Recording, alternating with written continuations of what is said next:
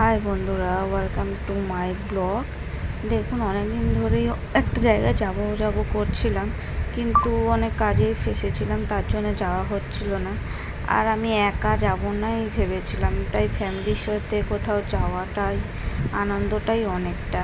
তাই ফ্যামিলির সাথেই বেরিয়ে গেলাম, মামা মামি কাকি বৌদিরা সবাই মিলে। এখান থেকে আমরা ট্রেনের টিকিট কেটে নিচ্ছিলাম। গিয়ে এবারে টিকিট কাটা হয়ে যাওয়ার পরে এই যে স্টেশনে আমরা উঠে যাচ্ছিলাম। উঠে যাওয়ার পর অনেকক্ষণ দাঁড়িয়ে কেন আমরা এমন দিনে বেরিয়েছিলাম, ট্রেন খুবই কমই ছিল। ট্রেন চলে এলো, ফাঁকা ট্রেন, সবাই যে যার সিট নিয়ে নিয়েছিল। আর আমি গেটের ধারে দাঁড়িয়েছিলাম। এই যে সবাই বসে পড়েছে, আমি গেটের ধারে দাঁড়িয়ে বাইরের পরিবেশটা একটুখানি তুলছিলাম। একটু ঠান্ডা হাওয়া চলছিল, কত ভালো লাগছিল।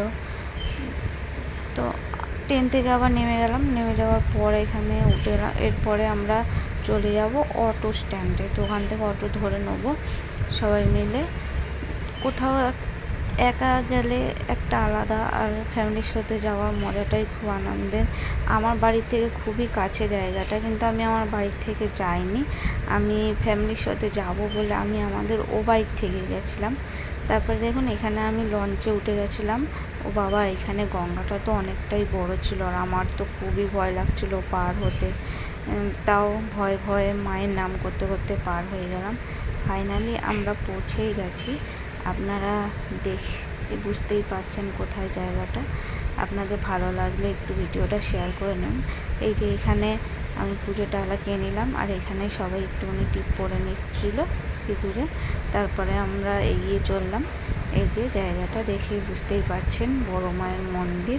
ফাইনালি আমরা সবাই বড় মায়ের দর্শন করেই নিলাম। সবার হয়তো আশা হয়ে গেছে, আমি হয়তো সবার লাস্টে গেলাম। এই যে মন্দিরের ভিড়টা কমই ছিল, আর আমরা এখানে লাইন দিয়ে সাপের মতো নেঁকে বেঁকে সবাই এগিয়ে চলছিলাম। খুবই ভালো লাগলো গিয়ে। অনেক দিন পর যাব করে আর যাওয়া হচ্ছিল না, কারোর কিছু না কিছু কাজ পড়েই যাচ্ছিল। তাই ফাইনালি আমরা পৌঁছে গেলাম বড় মায়ের দর্শনে। খুব সুন্দর লাগছিল, মনটা অনেক ভরে উঠলো। তারপর আমি এখান থেকে বড় মায়ের একটা ফটো নিয়ে নিলাম। বাই বাই বন্ধুরা।